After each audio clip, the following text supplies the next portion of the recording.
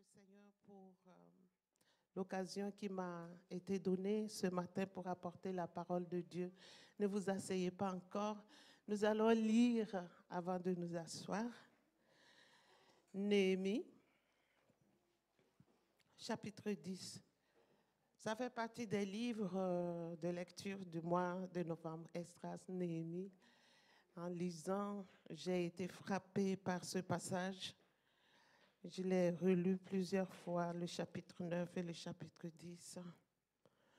Donc nous allons lire ce matin Néhémie 10 à partir du verset 28.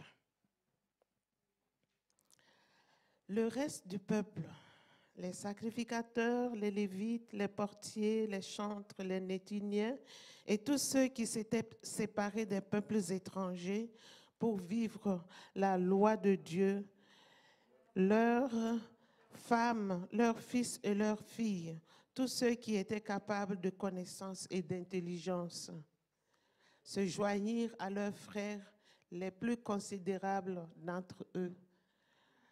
Ils promirent avec serment et jurèrent de marcher dans la loi de Dieu donnée par Moïse, serviteur du Dieu, d'observer et de mettre en pratique tous les commandements de l'Éternel, notre Seigneur, ses ordonnances et ses lois.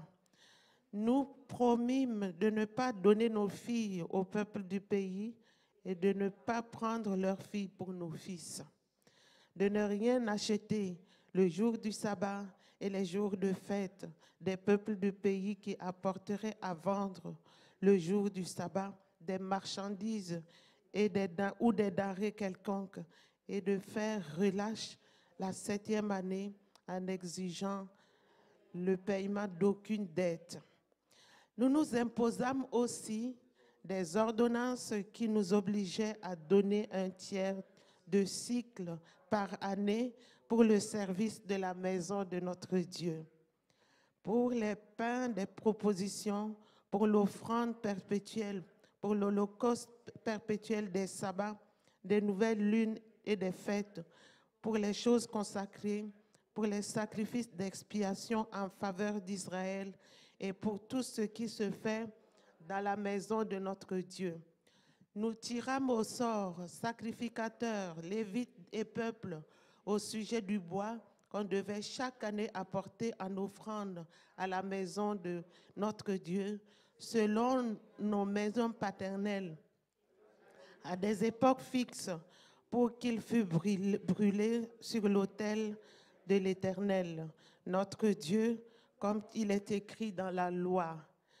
Nous résolûmes d'apporter chaque année à la maison de l'Éternel les prémices de notre sol et les prémices de tous les fruits de tous les arbres, d'amener à la maison de notre Dieu, aux sacrificateurs qui font le service dans la maison de notre Dieu, les premiers-nés de nos fils et de notre bétail, comme il est écrit dans la loi, les premiers-nés de nos bœufs et de nos brebis, d'apporter aux sacrificateurs dans les chambres de la maison de notre Dieu les prémices de notre pâte et nos offrandes, des fruits de tous les arbres, du mou et de l'huile, et de livrer la dîme de notre sol aux Lévites qui doivent la prendre eux-mêmes dans toutes les villes situées sur les terres que nous cultivons.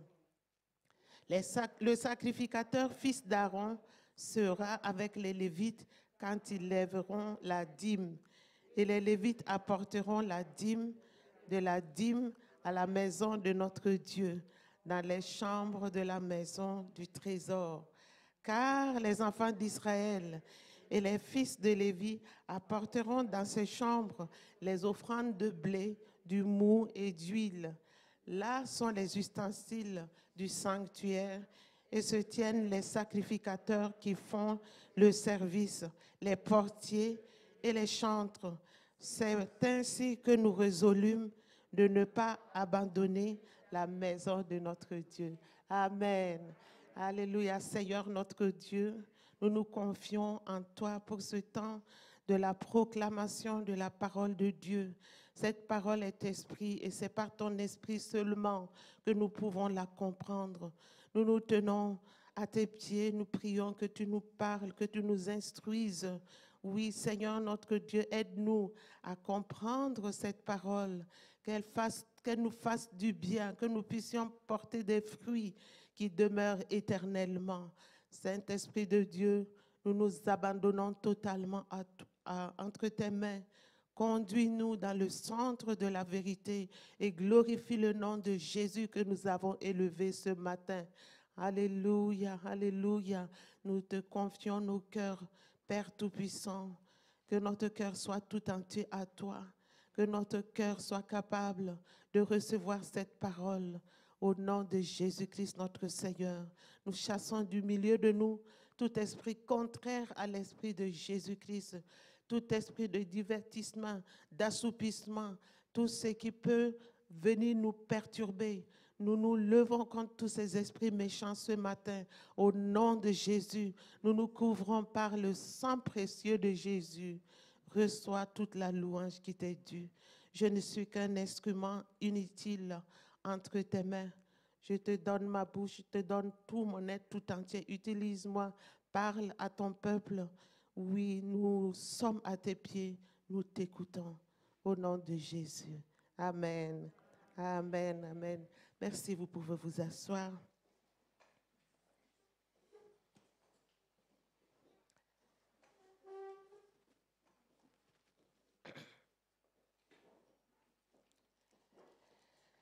Avant de revenir sur ce texte, nous allons voir un peu le contexte. Le peuple d'Israël était en déportation dans le royaume de Perse. Et dans le livre d'Esdras, nous voyons que le Seigneur, notre Dieu, a désigné le roi perse qui s'appelle Cyrus. Il lui a confié une mission, rebâtir le temple de Dieu qui est à Jérusalem. Alors qu'il était un roi païen, alors Dieu l'a utilisé parce qu'il était en position de force et il a autorisé au peuple de Dieu de repartir à Jérusalem pour rebâtir le temple de Dieu. Alléluia. Et quand ils sont venus, ils ont commencé à rebâtir le temple de Dieu, mais ça n'a pas été facile. Il y a eu une forte opposition, il y a eu des accusations de tout genre, si bien que l'œuvre s'est arrêtée pendant un certain temps. Et maintenant, Néhémie, qui a reçu les informations par rapport à la ville sainte, à Jérusalem, au temple, il était déçu parce qu'il a appris que les murailles étaient écroulées et les portes de Jérusalem étaient brûlées. Il était tout triste. Et le roi toujours perse, qui était à cette époque, a constaté que le visage de Néhémie était tout triste. Il était échanson du roi. C'est lui qui donnait la coupe du vin au roi, qui s'occupait de l'alimentation du roi, si on veut. Alors le roi s'est intéressé et c'est ainsi que Dieu a touché le cœur du roi aussi, qui lui a permis, qui lui a donné toutes les autorisations pour repartir à Jérusalem afin de rebâtir les murailles de Jérusalem. Et quand il est venu, il a réussi son entreprise. Cette fois-ci, les murailles de Jérusalem ont été rebâties. Et maintenant, il a apporté une dimension supérieure spirituelle au peuple de Dieu. Il a demandé au scribe Esdras de lire la parole de Dieu. Les murailles étaient rebâties, mais il manquait quelque chose d'essentiel, la connaissance de la parole de Dieu, parce que c'est un peuple qui était en exil, qui est revenu de l'exil, un peuple du retour d'exil qui ne connaissait certainement pas la parole de Dieu.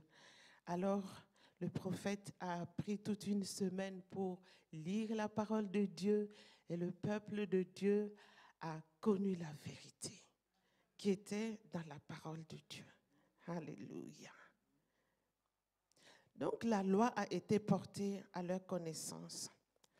Et cette loi, la connaissance de la loi a poussé le peuple à s'humilier devant Dieu, à jeûner, à décréter un jour de jeûne au chapitre 9 de Néhémie.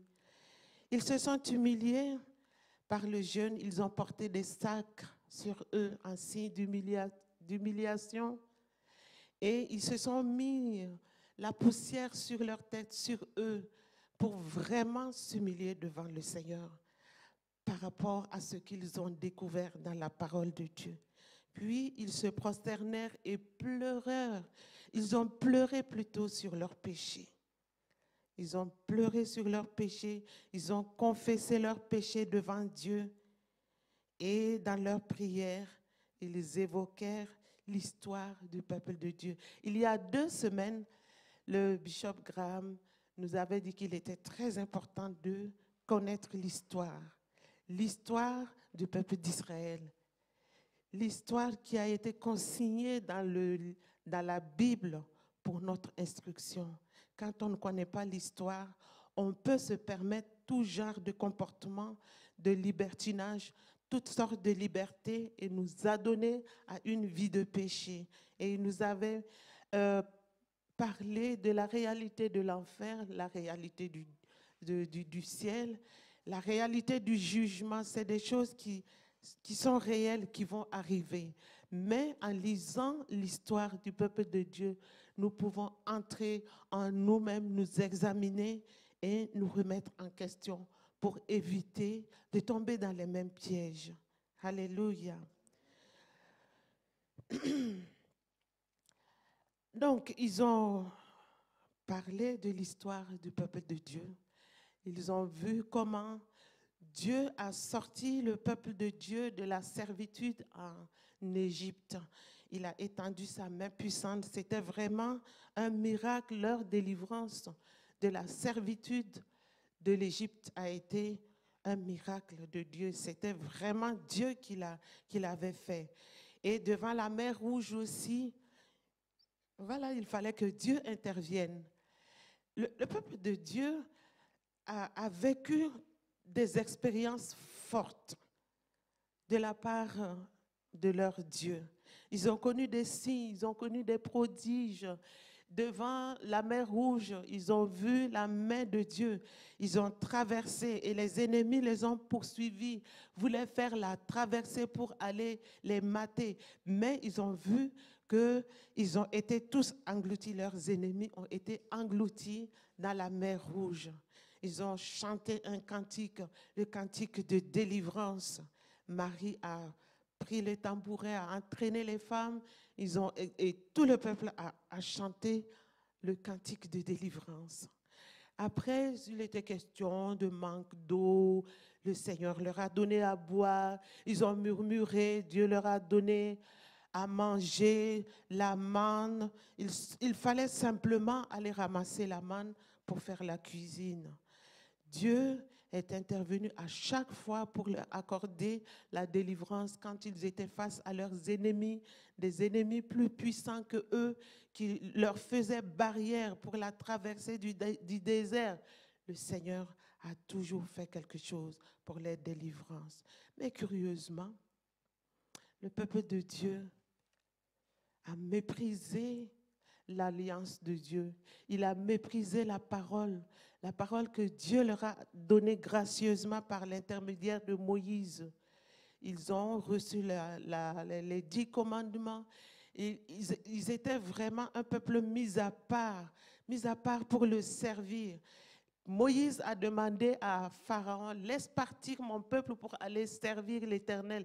Donc, ils étaient conditionnés pour servir le Seigneur, mais ils ont méprisé Dieu. Au chapitre 9, si vous lisez bien, on a parlé même de l'outrage. Ils ont outragé Dieu, ils ont méprisé Dieu. Mais Dieu, dans son amour, dans sa miséricorde, ne les a pas supprimés dans le désert. Au contraire, quand Moïse intercédait en faveur du peuple de Dieu, Dieu revenaient de sa colère. Dieu les a conduits dans le pays promis. Ils étaient dans un vaste pays, un pays où coule le lait et le miel. Mais là aussi, ils ont endurci leur cœur. Ils ont méprisé la bonté de Dieu. Ils ont méprisé la loi de Dieu. Et si nous lisons l'histoire, ils en ont parlé même. Ils ont dit que leurs pères ont été déportés à plusieurs reprises. Dieu a corrigé leurs pères.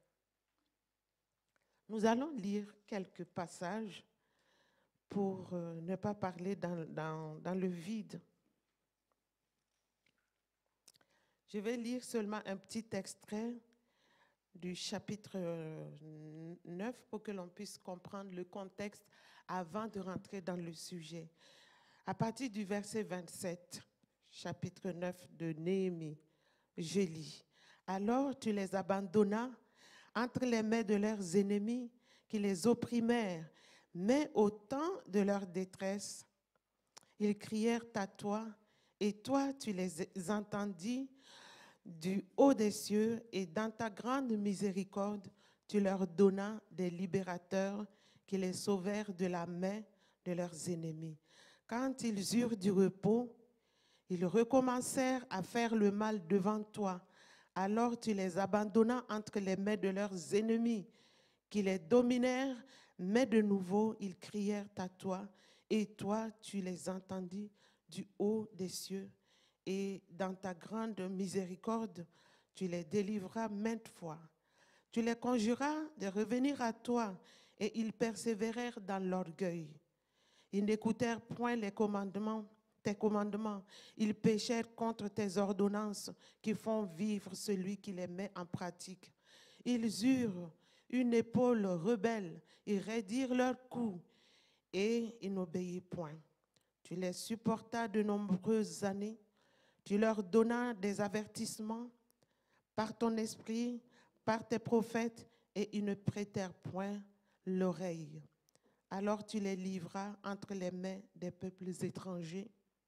Mais dans ta grande miséricorde, tu ne les anéantis pas et tu ne les abandonnas pas, car tu es un Dieu compatissant et miséricordieux. Et maintenant, ô notre Dieu, Dieu grand, puissant et redoutable, toi qui gardes ton alliance et qui exerces la miséricorde, ne regarde pas comme peu de choses toutes les souffrances que nous avons éprouvées. Nous, nos rois, nos chefs, nos sacrificateurs, nos prophètes, nos pères et tout ton peuple, depuis le temps des rois d'Assyrie jusqu'à ce jour. Tu as été juste dans tout ce qui nous est arrivé, car tu t'es montré fidèle et nous avons fait le mal. Nos rois, nos chefs, nos sacrificateurs, nos pères n'ont point observé ta loi et ils n'ont été attentifs ni à tes commandements, ni aux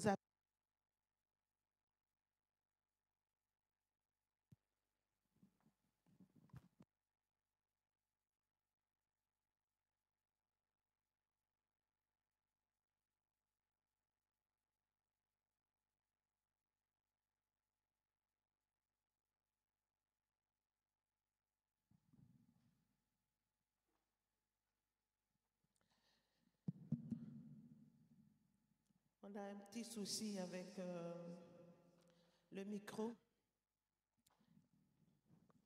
Donc, je reprends au verset 33. Tu as été juste dans tout ce qui nous est arrivé, car tu t'es montré fidèle et nous avons fait le mal.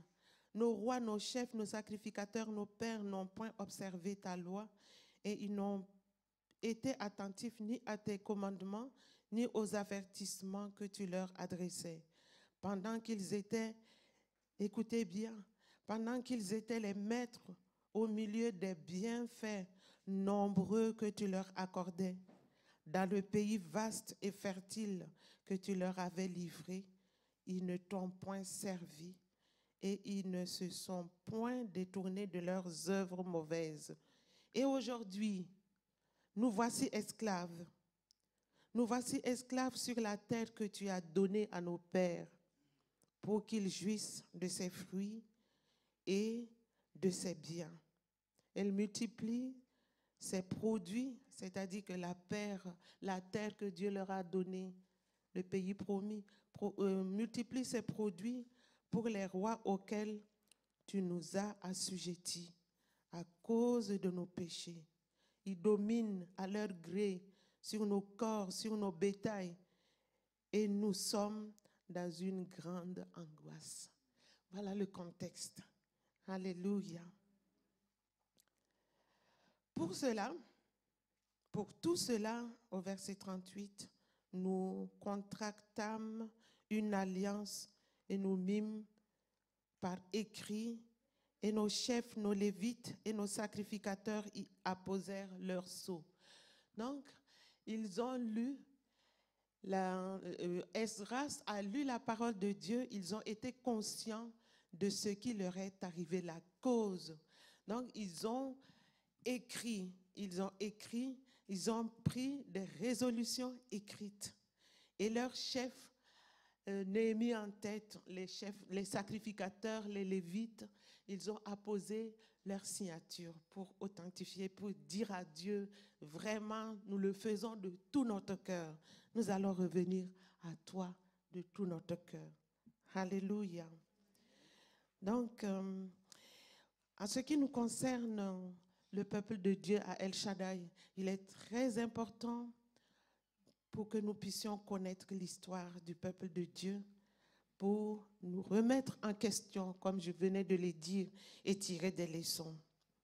1 Corinthiens 10, 11 nous dit, « Ces choses leur sont arrivées pour servir d'exemple, et elles ont été écrites pour notre instruction, à nous qui sommes parvenus à la fin des siècles. » El Shaddai de Luxembourg doit prendre exemple, prendre des résolutions comme le peuple d'Israël avait pris des résolutions.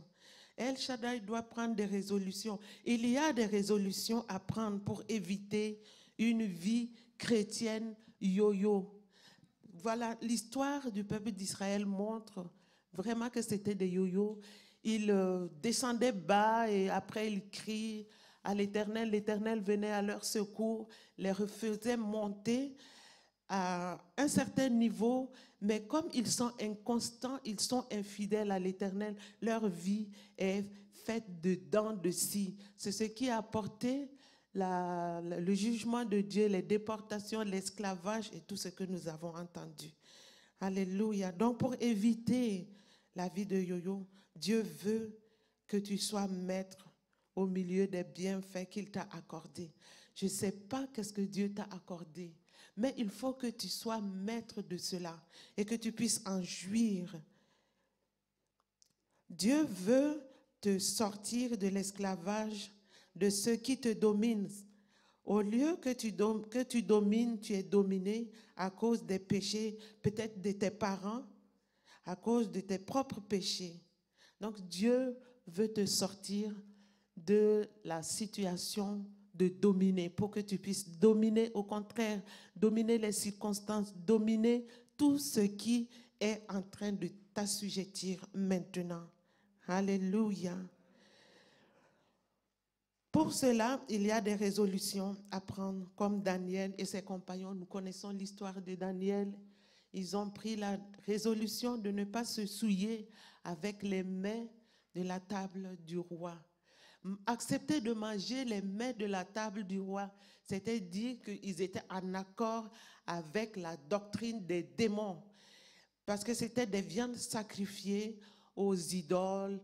Donc ça voulait dire qu'ils allaient se confondre à la masse, mais ils se sont démarqués parce qu'ils connaissaient la loi de Dieu, ils aimaient Dieu. De toute façon, Daniel veut dire Dieu est mon juge. Donc ils étaient conscients. Quand bien même ils étaient jeunes ou adolescents en déportation, ils savaient que Dieu était leur juge et ils ne pouvaient pas jouer avec leur salut. Ils ne pouvaient pas transgresser les ordonnances, la parole de Dieu qu'ils connaissaient. Alors, Dieu veut que chacun de nous prenne des résolutions. Et nous allons voir ce matin les résolutions que nous devons prendre en tant qu'Église. Alléluia, pour éviter une vie en dents de scie. Les résolutions que nous devons prendre pour une vie chrétienne authentique. Il y a des résolutions à prendre. La première résolution, c'est la résolution de mettre la parole de Dieu en pratique. Nous voyons ça à partir du verset 28, que je vais relire encore pour que ça rentre dans notre tête. Le reste du peuple, les sacrificateurs, les lévites, les portiers, les chantres, les néthiniens. Les néthiniens, ce sont des personnes qui travaillent dans le temple aux côtés des sacrificateurs. Ce sont des subalternes, c'est eux qui vont couper le bois, qui vont puiser l'eau pour l'œuvre dans le temple. Ils étaient aussi importants, même quand bien ils étaient des subalternes, mais ils étaient très importants pour la bonne marche du temple et du culte. Et tous ceux qui s'étaient séparés des peuples étrangers pour suivre la loi de Dieu, leurs femmes, leurs fils et leurs filles, tous ceux qui étaient capables de connaissance et d'intelligence, tous ceux qui avaient un certain âge pour comprendre les choses de Dieu, se joignirent à leurs frères les plus considérables d'entre eux. Ils promirent avec serment et jurèrent de marcher dans la loi de Dieu donnée par Moïse, serviteur de Dieu, d'observer et de mettre en pratique tous les commandements de l'Éternel, notre Seigneur, ses ordonnances et ses lois. Nous promîmes de ne pas donner nos filles au peuple du pays et de ne pas prendre leurs filles pour nos fils, de ne rien acheter le jour du sabbat et les jours des fêtes des peuples du pays qui apporteraient à vendre le jour du sabbat les marchandises ou denrées quelconques et de faire relâche la 7e année en exigeant le paiement d'aucune dette. Donc voilà, ils ont pris la résolution d'observer les commandements.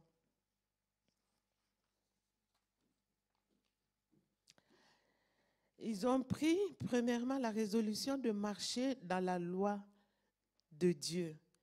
Deuxièmement, de marcher dans ses commandements.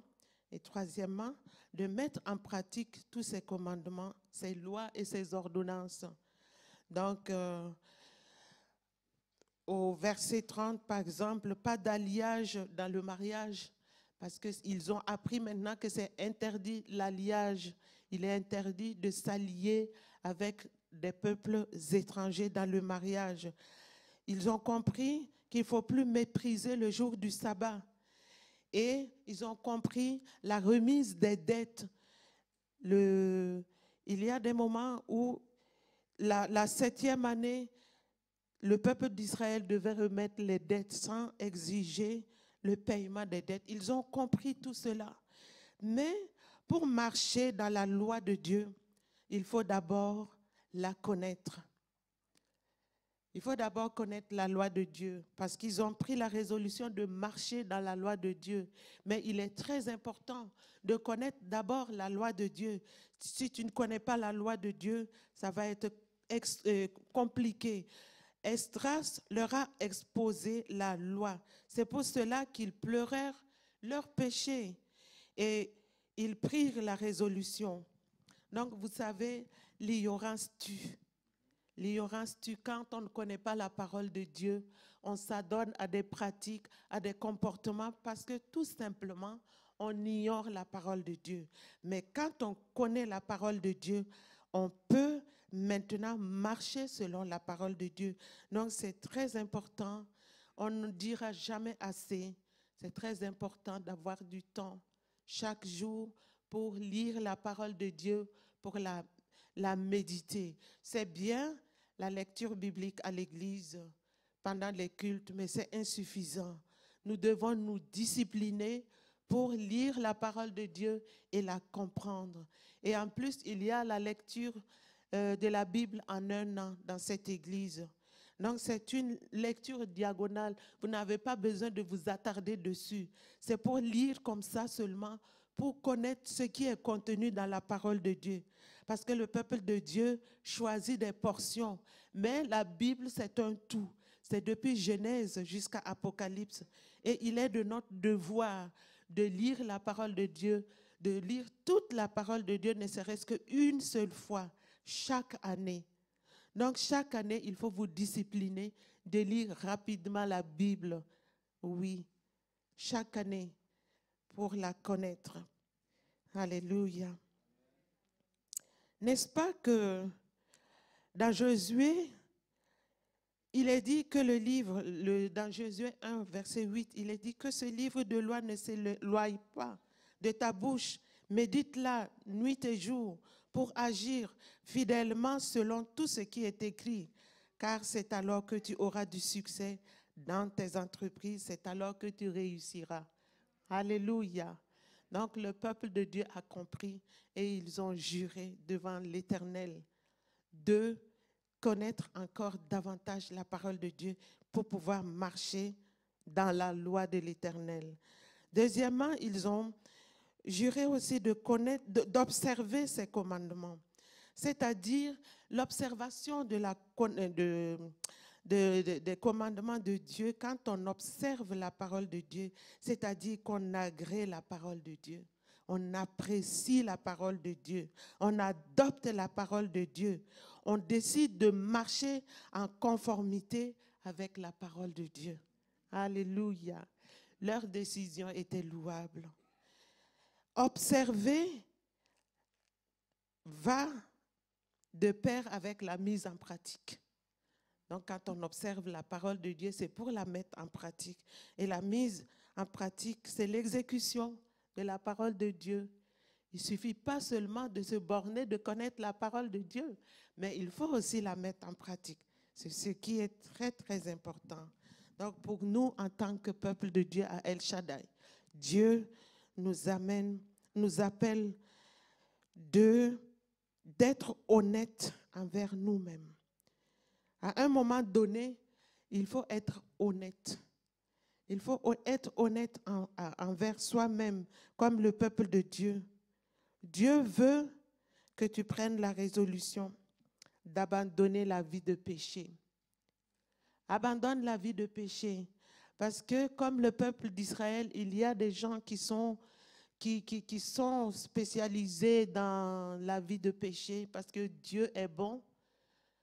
Dieu est très bon, il est miséricordieux. On peut venir à lui 1000 fois et on est sûr d'être pardonné 1000 fois. Donc, on peut s'adonner à cœur joyeux à la vie de péché. Il n'y a pas de différence avec la vie passée. Alors que Dieu nous a sauvés par le sang de Jésus pour que nous puissions adopter une nouveauté de vie. Alléluia. Nous devons être vrais en nous-mêmes parce que la parole de Dieu nous dit aussi dans Éphésiens de porter la vérité pour ceinture. La vérité, c'est de ne pas nous flatter nous-mêmes, dire que nous sommes chrétiens, alors que notre vie est contraire à ce que nous déclarons, que nous devons, que notre comportement doit être en concordance avec ce que nous proclamons. Si nous disons que nous sommes des chrétiens, notre comportement aussi doit l'être. C'est pour cela qu'on parle de vérité. Il ne faut pas se flatter, marcher dans le mensonge. Alléluia. Ceux qui me disent « Seigneur, Seigneur », c'est Matthieu 7, verset 21 qui disent « Ceux qui me disent « Seigneur, Seigneur » n'entreront pas tous dans le royaume des cieux. » Alléluia. Mais ceux-là seuls qui font la volonté de mon Père qui est dans les cieux. C'est le Seigneur Jésus qui l'a dit. Et le Seigneur nous interpelle aujourd'hui à faire la même chose que le peuple de Dieu, à revenir à lui de tout son cœur, de tout notre cœur. Alléluia. La deuxième résolution que le Seigneur veut pour El Shaddai, c'est que nous puissions veiller au bon fonctionnement de la maison de Dieu. À partir du verset 32, je vais le lire, 32 à 34. Nous nous imposâmes aussi les ordonnances qui nous obligeaient à donner un tiers du cycle par année pour le service de la maison de notre Dieu, pour les pains de proposition, pour l'offrande perpétuelle, pour l'holocauste perpétuel des sabbats, des nouvelles lunes et des fêtes, pour les choses consacrées, pour les sacrifices d'expiation en faveur d'Israël et pour tout ce qui se fait dans la maison de notre Dieu. Nous tirâmes au sort sacrificateurs, lévites et peuples au sujet du bois qu'on devait chaque année apporter en offrande à la maison de notre Dieu, selon nos maisons paternelles à des époques fixes, pour qu'il fût brûlé sur l'autel de l'Éternel notre Dieu, comme il est écrit dans la loi. Voilà. La deuxième résolution, comme je l'ai dit, c'est veiller au bon fonctionnement de la maison de Dieu. Le peuple de Dieu ne l'a pas consigné par écrit, mais ils prirent la résolution ferme par serment et ils jurèrent qu'ils veilleraient à ce que rien ne manque pour le fonctionnement du culte. C'est parce qu'ils ont lu, parce que Esdras a lu, qu'ils ont compris et ils ont pris la résolution d'apporter tout le nécessaire pour le bon fonctionnement du culte. Donc, premièrement, ils ont décidé d'apporter la provision financière pour le bon fonctionnement du culte. Qu'est-ce qu'on peut faire dans ce monde-là sans argent? Même dans la maison de l'Éternel, on a besoin de l'argent pour le fonctionnement. Et ils ont compris. Alors, ils ont compris ce que Exode a dit dans Exode 30, versets 13 à 16. C'était une prescription que Moïse avait donnée au peuple de Dieu pour que tout Israélite, à partir de l'âge de 20 ans, paierait un demi-cycle par an pour le fonctionnement du culte. Et si nous lisons dans Matthieu 17, 24 aussi, on parle de 2 drachmes, que voilà, les gens du temple ont dit aux disciples, votre maître là, ne doit-il pas payer la dîme pour le fonctionnement de l'église, du temple? Donc, c'est une loi en Israël qu'ils ont découverte. Mais ici, le peuple d'Israël était pauvre. Il n'avait pas la capacité de payer un demi-cycle. C'est pour cela qu'ils ont taillé un peu. Ils ont dit un tiers de cycle. Un tiers de cycle. C'est ce que ils étaient capables de donner seulement un tiers de cycle. Donc, ils ont pris la résolution qu'à partir de ce moment, tout enfant, tout adulte à partir de 20 ans doit donner un tiers de cycle chaque année pour le fonctionnement du culte. Alléluia. Mais voilà pourquoi il fallait donner l'argent pour le fonctionnement. Parce qu'il y avait des besoins. Il y avait des besoins. Il fallait les pains de proposition dans le temple. Il fallait changer chaque jour le pain de proposition. Il fallait aussi des offrandes perpétuelles. Donc, il fallait de l'argent pour pouvoir offrir des sacrifices, les offrandes perpétuelles. Il fallait aussi des holocaustes perpétuels pour les sabbats, pour les nouvelles lunes, pour les fêtes. Il fallait aussi pourvoir pour les sacrifices d'expiation en faveur d'Israël et tout ce qui se fait dans la maison de l'Éternel. Il y avait besoin de finances. Donc le peuple d'Israël s'est rectifié, il a rectifié le tir et ils ont pris la résolution de payer pour le fonctionnement du culte à leur époque. Deuxièmement, ils ont pris la résolution aussi au verset 34 d'apporter du bois. Pourquoi ils ont pris ce soin de se partager la tâche pour que chaque famille puisse apporter à une époque bien établie du bois pour qu'il ne manque jamais du bois dans la maison de l'Éternel. Nous avons lu qu'il y a les offrandes perpétuelles, les holocaustes perpétuels. Et dans la parole de Dieu aussi, il est dit dans Lévitique 6, 12, Le feu brûlera sur l'autel, il ne s'éteindra point. Chaque matin, le sacrificateur y allumera du bois sur ce feu. Il arrangera l'holocauste et brûlera la graisse des sacrifices d'action de grâce. Donc, le bois ne devait pas manquer. Et quand ils ont pris conscience, ils se sont organisés. Les sacrificateurs, les Lévites, les peuples, tout le monde était concerné pour qu'il ne manque pas le bois. Parce que si le feu s'éteint, c'est un péché grave. Parce que c'est un ordre de Dieu. Il faut que le feu brûle continuellement sur l'autel. Alléluia. Mais nous, en tant qu'enfants de Dieu, à El Shaddai, j'aimerais te poser la question, à toi qui m'écoutes, quel est ton apport pour le fonctionnement de la maison de l'Éternel à El Shaddai de Luxembourg?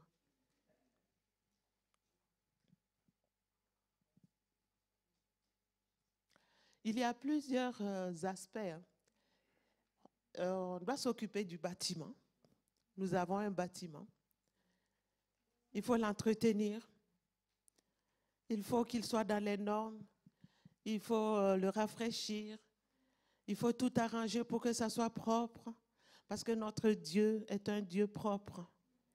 Il faut que la maison soit entretenue. Il faut le nettoyer. Si on constate que le plafond veut s'écrouler ou il faut renouveler les tuiles et tout, il faut se mettre à l'œuvre pour entretenir le bâtiment. Quelle est ta part dans l'entretien du bâtiment? Parce que quand nous venons, nous trouvons que c'est propre, c'est bien rangé.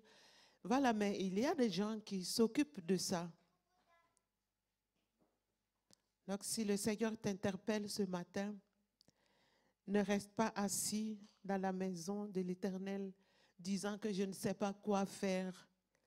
Tu peux nettoyer le sol, tu peux faire la poussière, tu peux nettoyer les vitres, tu peux faire la décoration, tu peux apporter un plus pour que la maison de l'Éternel soit attrayante. Parce que Dieu mérite quelque chose de beau. Alléluia. Il y a les frais de fonctionnement. Les frais de fonctionnement. Il faut payer l'électricité, il faut payer l'eau, il faut payer les papiers de toilette, les papiers pour essuyer. Avec le Covid, il y a eu des dépenses additives aussi. Il faut se désinfecter les mains et tout. Il y a des choses pratiques qui nécessitent de l'argent. Alléluia. Donc, il faut penser à tout ça. Il ne faut pas croire que quand on donne l'argent à l'église, on ne sait pas qu'est-ce qu'on fait de ça. Il faut réfléchir un peu. En hiver, il faut chauffer la maison. Si on ne chauffe pas, on va être malade. Et en été, on n'a pas le droit d'ouvrir les fenêtres. Donc, il faut refroidir les lieux, le lieu du culte. Tout cela, ça demande des moyens financiers. Alléluia. Il faut qu'on en prenne conscience. Et il y a le déroulement des cultes aussi. Quand on vient, il y a l'assistance. Mais il y a des ministères debout. Il y a des gens qui sont là, qui entraînent le peuple de Dieu dans la louange, dans l'adoration. Quand on vient, toutes les tensions tombent, tous les problèmes tombent à cause de la présence de Dieu. Quand le nom de Dieu est élevé, quand on loue le Seigneur, quand on l'adore, la paix de Dieu descend, la faveur de Dieu descend. Il opère des miracles, il opère des prodiges comme il l'a fait au milieu du peuple de Dieu. Il y a des chaînes qui tombent, il y a des malades qui sont guéris, il y a des souffrances qui s'en vont. Parce qu'il y a des gens qui se tiennent là, qui veillent. Ils font des répétitions, ils se mettent devant la présence de Dieu pour savoir comment conduire le peuple de Dieu dans la louange et dans l'adoration. Alléluia. Et il y a l'accueil. Quand on arrive dans une église, premièrement, il faut être bien accueilli. La façon dont on est accueilli va conditionner la suite. Donc, il faut un bon accueil. Et ceux qui sont à l'accueil ont reçu une formation rapide. Le pasteur Marlène s'en est occupé. Et ils ont aussi cherché sur Internet comment accueillir pour que tout se passe bien. L'accueil ne se fait pas au hasard. Alléluia. La prédication ne se fait pas au hasard non plus. C'est un travail. Le pasteur, il a un travail. Il est consacré à temps plein pour le bon fonctionnement de l'église de El Shaddai. Il doit être attentif à tous les besoins, être capable de répondre à tous les besoins, agir comme un sapeur-pompier qui court dans tous les sens pour aller éteindre les feux qui brûlent, pour donner des solutions, pour calmer la tempête et tout cela. C'est le bon fonctionnement du culte. Tu as ta part aussi. Tu as ta part. Si jusqu'à présent tu ne fais rien pour le déroulement du culte, prie et demande à Dieu. Demande aussi conseil. Alléluia. Et on va t'orienter. Pour que les gens qui sont devant leur écran puissent suivre le culte, il y a des gens qui ont une certaine connaissance en informatique, qui ont la main en or. Oui, qui sont derrière le KGB. On ne les voit pas, mais ils font un travail formidable. Ça participe à la visibilité de El Shaddai. Et le nom de l'Éternel est glorifié à travers de leurs mains en or. Alléluia. Il y a l'équipe qui s'occupe de nos enfants, l'éducation de nos enfants, l'école des dimanches, une équipe formidable. Ils ont appris aussi l'art de prendre soin des enfants. Ils ne se sont pas levés comme ça seulement. Ils ont aussi suivi des formations. Et la formation est aussi continue pour bien prendre soin de nos enfants. Alléluia. Donc, le déroulement du culte a besoin de toi. A besoin de toi. Ne dis pas, ah, je ne sais rien, je ne peux rien. Moi qui me tiens devant vous, vous voyez comment j'ai des difficultés de m'exprimer. Mais je suis là. Je ne suis pas comme certaines personnes. Non, mais voilà, j'obéis à la parole de Dieu. Et tout doucement, la parole de Dieu pénètre dans le cœur des uns et des autres. Voilà, le Seigneur nous utilise tels que nous sommes. Il ne faut même pas essayer de changer. Ça, c'est le bâtiment. Mais la parole de Dieu dit que tu es le temple de l'Éternel aussi. Alléluia. Toi-même, tu es le temple de Dieu, le temple du Saint-Esprit. Dieu a ordonné à Cyrus de reconstruire le temple de Jérusalem. Il a poussé le peuple de Dieu à retourner à Jérusalem pour cet effet. Et il a remis les ustensiles en or, en argent et en toutes les matières pour s'assurer du bon fonctionnement des cultes. Et Néhémie, quand il est revenu aussi pour bâtir Jérusalem, il a ramené les sacrificateurs, les Lévites et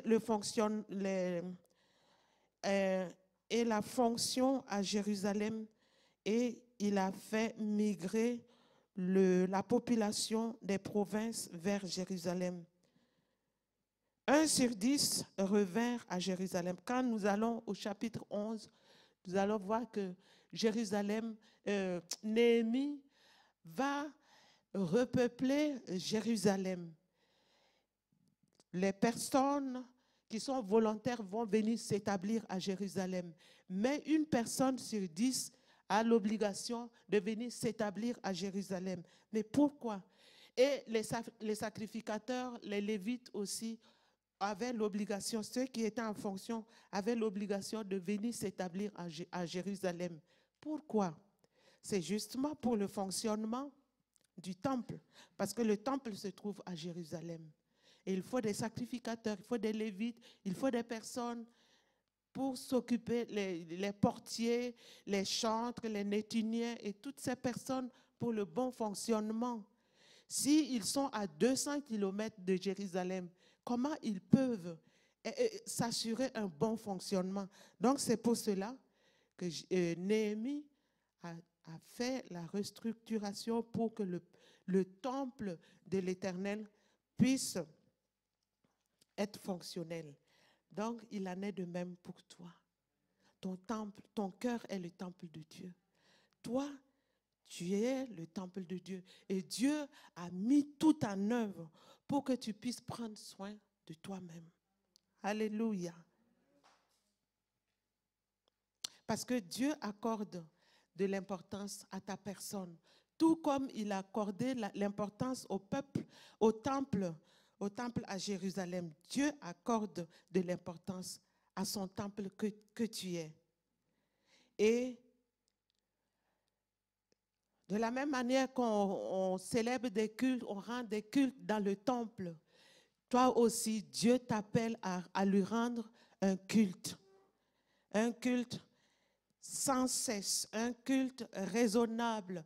Et Romains 12, 1 nous dit d'offrir notre corps comme un sacrifice vivant, sain et agréable. C'est un culte raisonnable que toi, tu dois entretenir. Alléluia. De la même façon que le bois ne devait pas manquer parce que le feu devait brûler d'une manière continuelle.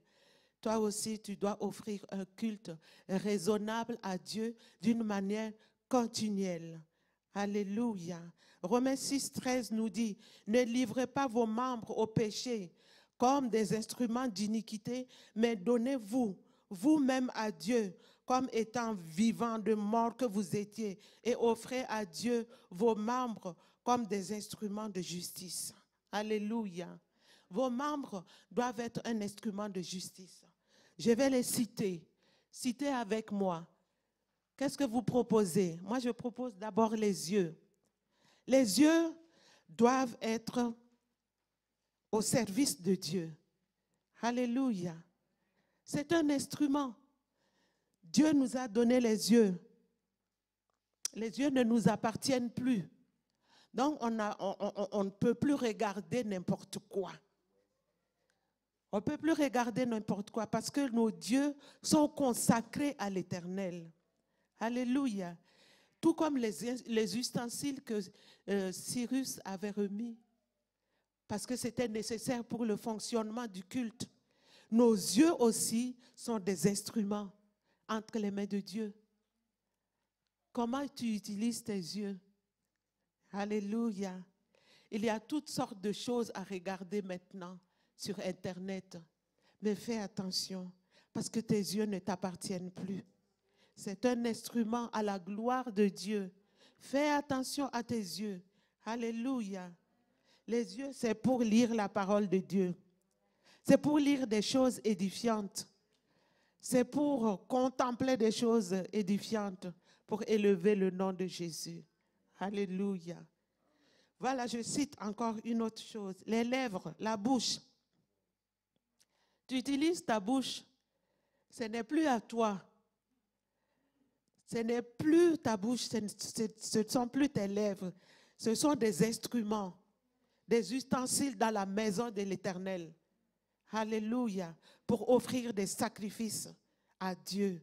Fais attention à ce que tu dis à partir d'aujourd'hui. Si tu ne le savais pas, tu l'entends maintenant aujourd'hui. Fais attention à ce qui sort de ta bouche.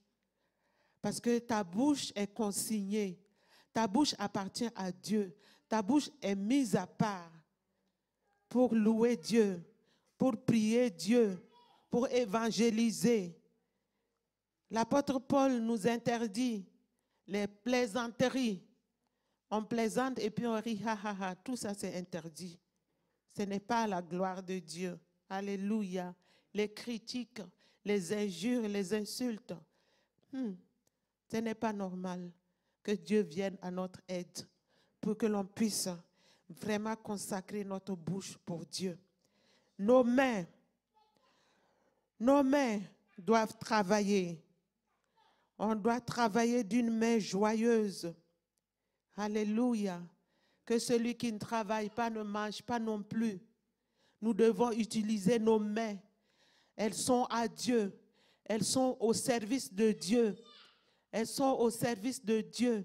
Nous devons utiliser nos mains pour œuvrer dans la maison de l'Éternel, pour faire du bien autour de nous.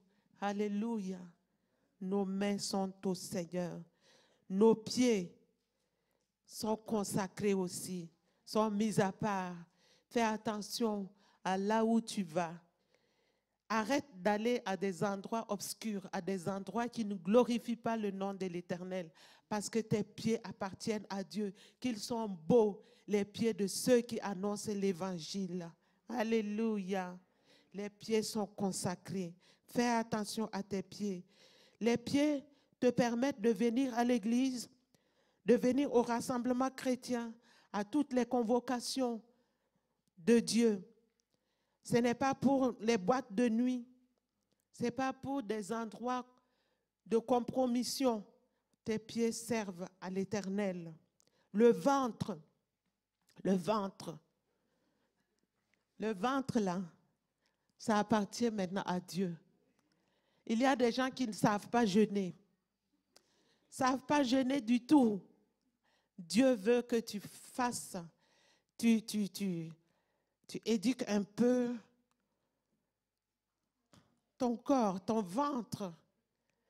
Dis-lui, il y a des bonnes chairs, il y a de la bonne nourriture, il y a à boire et à manger dans le frigo, dans la maison et tout. Mais je dois te discipliner parce que l'homme ne vivra pas seulement de pain. Mais il faut que tu apprennes à rester tranquille. Même s'il y a des crampes, même s'il y a des nausées, même s'il y a des vertiges, ça produit des vertiges après. Apprends à rester vide parce que je dois m'humilier devant le Seigneur. Il y a des démons qui ne partent pas sans le jeûne et la prière. C'est le Seigneur qui l'a dit. Donc, il faut apprendre à jeûner. Alléluia. Ne soyez pas choqués. Je vais parler du sexe. Il n'y a rien qui est caché. Oui, votre sexe, oui, doit être mis à part. Alléluia, consacré. Vous n'avez pas le droit de vous livrer à l'impudicité, de vous livrer à gauche, droite, gauche, droite. On sourit seulement avec toi. Ça veut dire viens.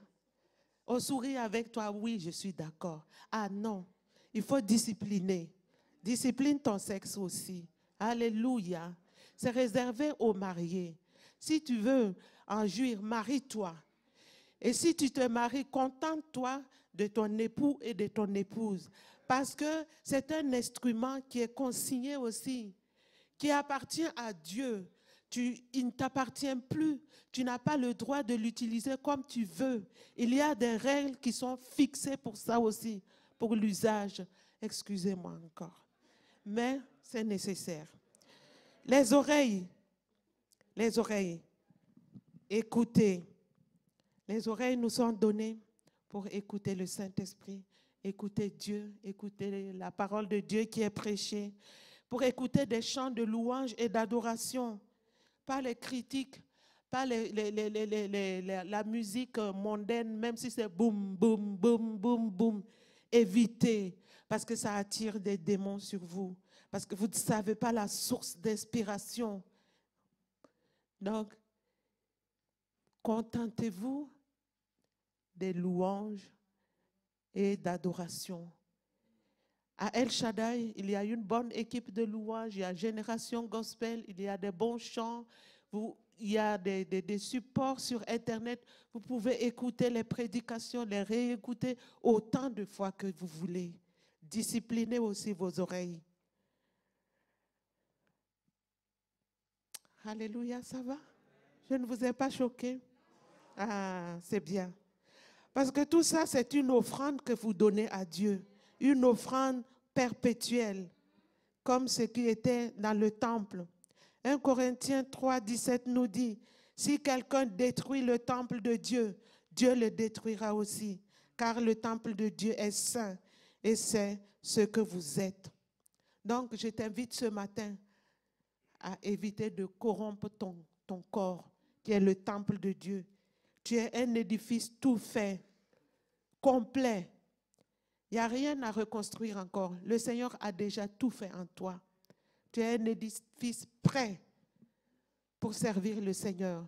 Donc, ne le détruis pas, ne détruis pas ton corps parce que tu es mis à part, tu es saint. Aie la crainte de Dieu parce que c'est lui qui peut détruire. Il peut détruire, faire périr ton âme. Parce qu'il a dit, celui qui détruit le temple de Dieu, il le détruira aussi. Donc, fais attention. Il y a des aliments qui peuvent te détruire. Il y a des consommations qui ne sont pas correctes, qui peuvent te détruire. Il y a des comportements qui peuvent amener la destruction de ton corps. Tu peux contracter une maladie mortelle, irréversible à cause de ton comportement. Donc, fais attention parce que c'est lui qui détruit le temple de Dieu, Dieu le détruira aussi. Faites attention parce que Dieu est capable de détruire l'âme. C'est Matthieu 10, 28 qu'il a dit. Donc, je parle beaucoup. Je vais passer au troisième point. La troisième résolution, c'est la prise en charge des hommes de Dieu. Du verset 35 au verset 39, vous allez le voir. Dans la bonne marche de la maison de l'Éternel, il y a des serviteurs. Les sacrificateurs, les Lévites, qui n'ont pas de propriété comme le reste du peuple en Israël. Ils doivent dépendre, ils dépendent directement des offrandes que le peuple devait amener dans la maison de l'Éternel. Ils dépendaient des dîmes et des offrandes parce que Dieu les a mis à part pour qu'ils puissent servir le Seigneur à temps plein. Alléluia. Donc, il faut subvenir à leurs besoins. C'est la même chose pour notre temps, le temps actuel. Il faut subvenir aux besoins des hommes de Dieu que Dieu a placés à la tête de chaque église. Parce que ce sont des personnes mises à part pour Dieu, qui servent Dieu de tout leur cœur. Ils n'ont pas le temps d'aller vendre des cacahuètes pour subvenir à leurs besoins. Ils n'ont pas le temps pour aller travailler à gauche et à droite. Sinon, ils ne pourront pas délivrer de bons messages. Ils ne pourront pas courir quand vous sonnez seulement. Il prend la voiture. Tout de suite, dans les 10 minutes, il est là pour résoudre vos problèmes. Alléluia. S'il est en train de faire une intervention chirurgicale, comment il peut en même temps être là pour vous secourir dans votre détresse, pour venir à votre aide? S'il est très submergé par le travail, comment il peut entendre la voix de Dieu? Comment il peut avoir la révélation? Comment il peut avoir la direction pour l'Église? Il faut qu'il soit à temps plein pour le service. Donc, il faut comprendre que c'est très important de prendre en charge les hommes de Dieu parce qu'ils prennent soin de nos âmes et ils doivent rendre compte, alléluia, devant Dieu. Et le peuple de Dieu devait amener les prémices de tous les fruits, de tous les arbres. Ça, c'est au verset 25. Les premiers-nés des fils devaient être apportés aussi à la maison de Dieu. Mais c'était l'équivalent en argent qu'on donnait. Les premiers-nés des bétails devaient être apportés à la maison de l'Éternel. Tous les premiers-nés appartenaient à Dieu. Ça n'appartenait pas au peuple. Vous pouvez lire dans Exode 13, verset 12, Exode 13, verset 15, partie B aussi. Les prémices des pâtes, donc la pâte qu'on fait pour faire le pain, les prémices à la maison de l'Éternel, les offrandes, les fruits, le mou, c'est le vin. Donc les prémices de tout, quoi. Les fruits, les récoltes, l'huile. Les prémices devaient être apportées dans la maison de l'Éternel. Les dîmes des sols, c'est-à-dire tout ce qu'ils ont cultivé, le blé, le maïs, le mil, le sorgho, les haricots, toutes les récoltes, ils devaient être prélevés. C'était les Lévites qui devaient se charger d'aller prendre les dîmes et les apporter dans la maison de l'Éternel. Et le fils du sacrificateur, c'était lui qui devait les accompagner pour prélever les dîmes et apporter dans la maison de l'Éternel. et la dîme des dîmes aussi était prélevée. Tout était bien organisé, bien structuré. Alléluia. Pour que la maison de l'Éternel ne soit pas abandonnée. Donc, il faudrait que le peuple de El Shaddai prenne conscience qu'il est très important de prendre soin de leur pasteur. Galates 6,6 dit que celui à qui l'on enseigne la parole de Dieu fasse part de tous ses biens à celui qui l'enseigne. Donc, pour voir à l'entretien des pasteurs, 1 Corinthiens 9, 7 à 9. Car il est écrit dans la loi de Moïse, tu n'amuselleras point le bœuf qui, quand il foule le grain, Dieu se met-il en peine des bœufs? Qui jamais est engagé dans une armée à ses propres frais? Qui est-ce qui plante une vigne et n'en mange pas le fruit? Qui est-ce qui fait paître un troupeau et ne se nourrit pas du lait du troupeau? Ces choses que je dis n'existent telles que dans les usages des hommes.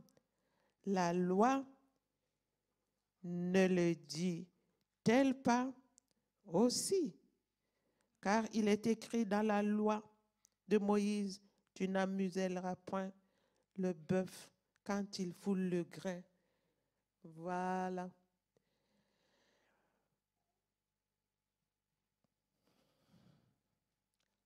Je vais dire quand même quelque chose.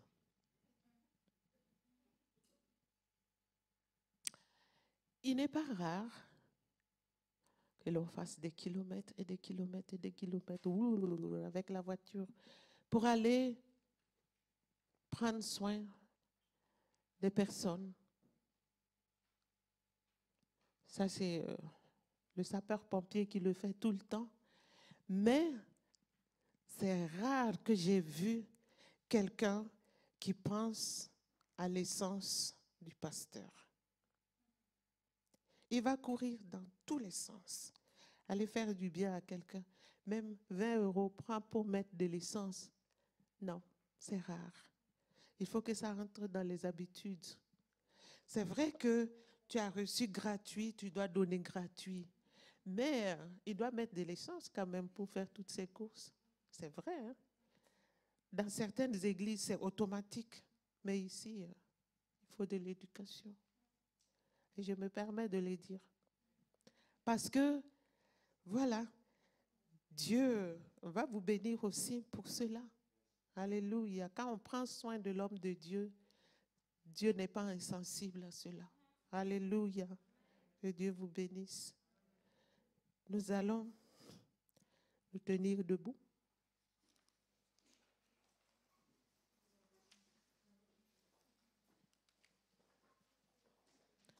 Nous allons prier pour la parole que nous avons entendue. Si Dieu t'a touché, je ne vais pas vous donner d'orientation pour la prière.